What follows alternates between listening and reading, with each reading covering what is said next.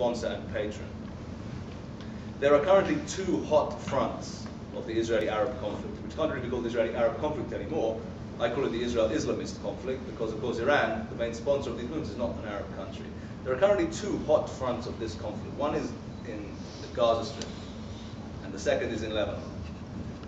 In both these cases, what we see is a local, genuinely popular Islamist movement, which is facilitated, armed, and financed by the Iranians in order to make its war against Israel. Let's say we have a meeting here between, on the one hand, the ambitions of the Iranian state from above, and from below, the presence of genuinely popular Islamist military political movements.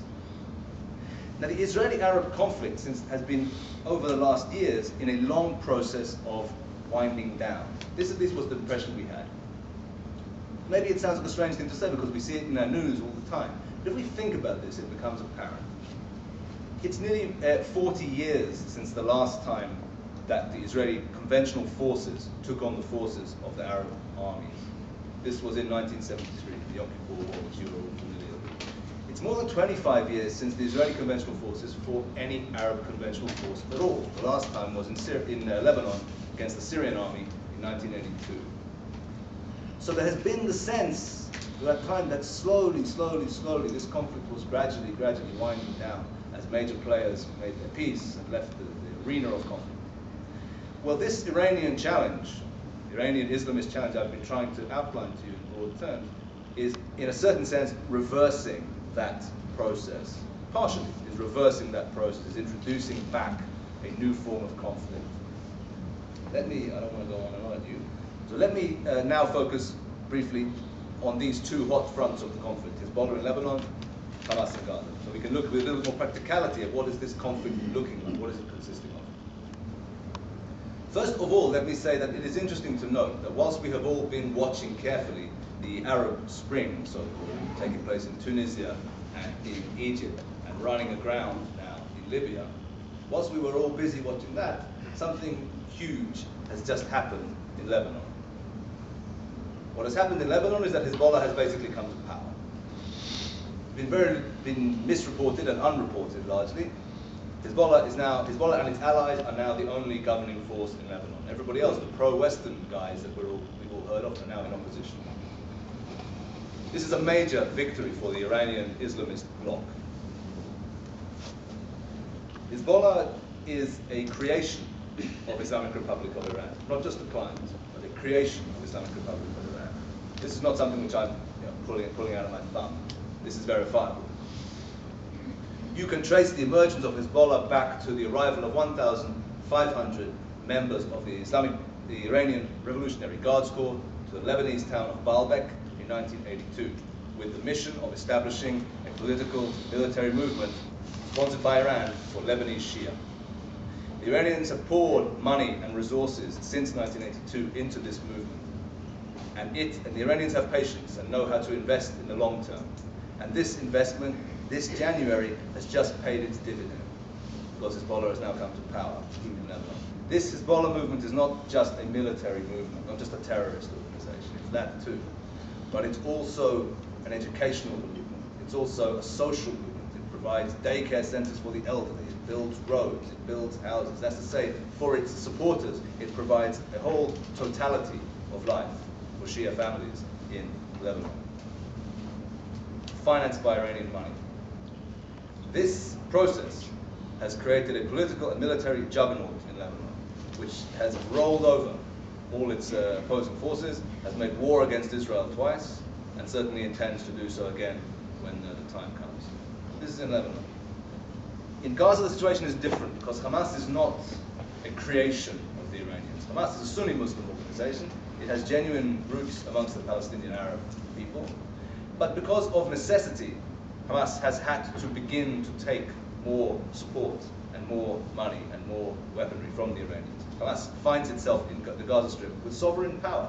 It is the sovereign authority in Gaza. And it needs money, and it needs support. And it can't get it from Saudi Arabia, it can't get it from the Gulf as it got it in the old days. So it has to get it from somewhere else. And the Iranian checkbook is always open. The Iranians are very, very happy to provide help for this. Because if we go back to King Cyrus in our ancient days, we know that one of the great strategic goals of Persian empires all the way back to antiquity has been to reach the Mediterranean, a natural and very sensible geostrategic goal, and the Hamas enclave in Gaza, and Hezbollah in Lebanon too, of course, give the Iranians a presence on the Mediterranean for the first time in many centuries. So we in Israel are facing a concerted project to make war against us for the instrumental goal of the Iranian regime to build its power and its dominance in the region. The Iranians are issuing a challenge to the West, to America, and we, in a certain sense, are part of that. Their strategic goal, however, is not just instrumental, it is very serious. The strategic goal of this bloc, which calls itself the resistance bloc, the Muqawamah bloc in Arabic, is the ending of Jewish sovereignty west of the Jordan River. The ending of Jewish statehood. This is the strategic goal. They do not think that they can achieve it in 1 or 2 years' time. This is not delusional movement. They do believe they can achieve it in the coming decades, in the next 20 or 30 years. From where does this self-confidence come in this movement? They have the view which they have taken from their Arab nationalist and communist antecedents, that Israel appears strong from the outside, but is weak from the inside. You are probably familiar with this view. It is a delusional view, but it is very sincerely held by those who adhere to it. They consider that Israel is a strange, artificial entity created by the Western imperialism, which took a bunch of people who shared nothing in common other than Jewish faith and gathered them in one place. And therefore, they consider that while Israel may appear to be strong physically, it possesses internal weakness.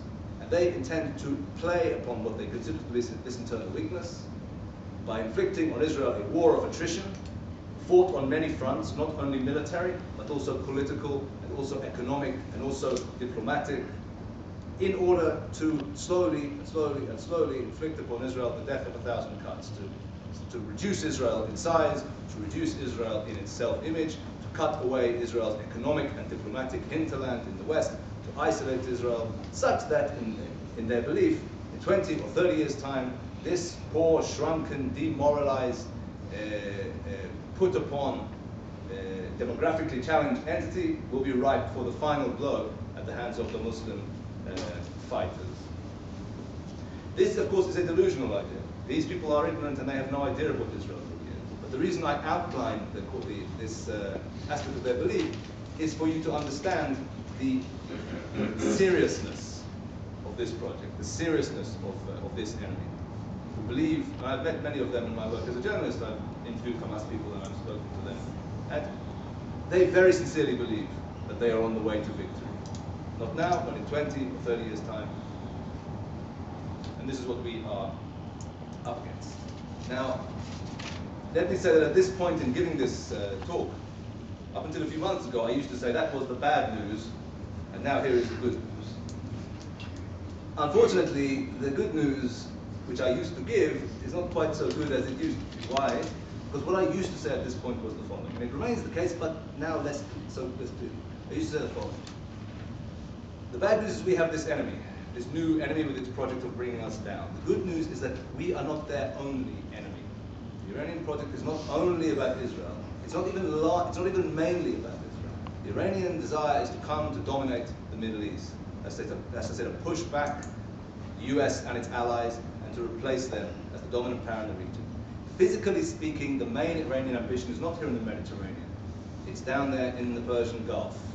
The Iranians would like to get to the sources, the world's main sources of crude oil down there in the Persian Gulf. What that means is it means that whilst Israel has new enemies, it also has potentially new friends. Because there is nothing like, no better basis for friendship than common interest, as we know. And Saudi Arabia and the United Arab Emirates and those countries also feel no less, perhaps more, threatened by Iranian ambitions than we do. And this is also the case, or was also the case, with Hosni Mubarak's Egypt. The reason why the good news is not quite as good as it was a few months ago is because we don't know what's going to happen in Egypt right now. We don't know what's coming next. So we don't know if the new regime there will be quite as friendly to us as was in Mubarak, whose friendship, by the way, we can go into detail about this, was crucial to Israel at various important stages in recent years. The fact of the matter is that the Arab Spring, that's to say the revolts which have taken place in the Arab world up until now, have in practical terms, from our point of view, from a strategic point of view at least, produced the following. There are currently two less pro-Israel Arab leaders than there was